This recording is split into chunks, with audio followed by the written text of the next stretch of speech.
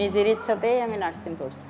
না আমার খুব ভালো লাগতো এই পেশাটা আর কি। মানে আমি একসময় মানে অনেক ছোট থাকতে অসুস্থ ছিলাম, তখন হচ্ছে দেখছি যে ছোট ছোট মেয়েরা ইন্টার্নি করছে, ওইটা দেখে আমার মানে উৎসাহটা হয়েছে।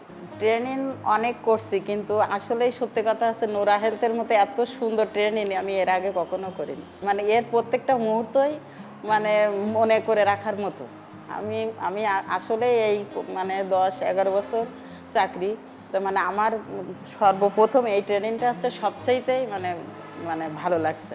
আগে জানতাম যে ভিজিট আছে, মা এএনসি মারা ভিজিট করবে, কিন্তু আসলে এখন যেরকম নির্দিষ্ট করে জানতে পারছি এতগুলো ভিজিট করবে মারা, ভিজিটে আসলে তাদের কি কি উপকার হবে, হসপিটাল ডেলিভারি করলে কি কি। আগে জানতাম যে ডেলিভারি হসপিটালে করানোই ভালো, কিন্তু এখন তো জানছি যে না, হসপিটাল ডেলিভারি করলে নির্দিষ্ট করে জানতে পারছি যে কি কি উপকারগুলো তাদের হবে। বাচ্চা নেওয়ার আগে যে হাত ধোয়াটা ওরা আগে জানতো না, এখন সেটা শিখছে, মানে শিখে যায়। এগুলো তো ওরা শুনে বেশ আগ্রহী হয়।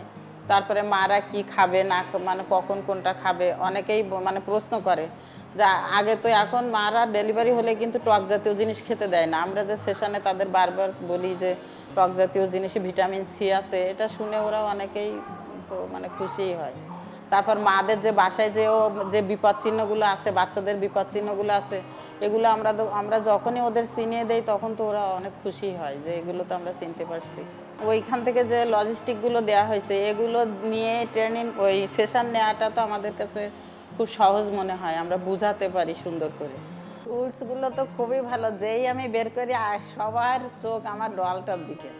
মানে প্রত্যেকটা মানে বাচ্চা দিয়ে বড় দিয়ে ছোট দিয়ে সব মানুষের মানে আকর্ষণ, তারা এসে আমার ডলটাকে একটু হাত দেবে। কিন্তু এখন যেমন এক জায়গায় সবাইকে বসে গ্রুপ করে অনেকগুলো লোক এক জায়গায় ডেকে সপ্তাহে 2 দিন অবশ্যই তাদের বলছি, আগে তো এভাবে বলতাম না। তারপরে যে গুছিয়ে একেবারে এএনসি শুরু থেকে মানে ডেলিভারির আগ পর্যন্ত তাকে সব কিছু শিখাই দিচ্ছি। তারপরে ডেলিভারি হয়ে গেলে মা লাস্টে 45 দিন পর্যন্ত কিভাবে কি করবে, এগুলো সবগুলো যেমন নির্দিষ্ট করে শিখে দিচ্ছে। আগে তো এভাবে একটা দুটো কথা তাকে বলা হতো যে আপনি হ্যাঁ এই সময় এটা করতে, মা হয়তো কোনো একটা প্রশ্ন করছে সেই প্রশ্নটার উত্তর দিয়েছে, কিন্তু এখন তো তাকে পুরাটাই বুঝাই দেওয়া হচ্ছে। যে নিজের কনফিডেন্স যেমন এখন বাড়ছে, এখন সেভাবেই বলতে পারছি, আগে তো এভাবে বলা হতো না। আমার মাধ্যমে ওরা এত কিছু শিখে যাচ্ছে, তারাও মানে আমার কথাগুলো তো অবশ্যই আগ্রহ দিয়ে শোনে যে না এই আপা তাহলে অনেক কিছুই জানে। তারা আমি পরবর্তীতে ওয়ার্ডে গেলেও ওরা আমার কাছে আবার জানতে চায়, মানে নির্দিষ্ট করে যেই না আমি ওয়ার্ডে ঢুকে দেখা যাচ্ছে ওরা হচ্ছে বলছে যে আপা মানে দেখেন তো আমার বাবুটা ভালো আছে কি না, আপনি যে বলছেন এই এই বিপদ চিহ্ন দেখেন, তাহলে আমার তো অবশ্যই ভালো লাগছে, তখন আমার নিজেকে সত্যিই খুব ভালো লাগছে।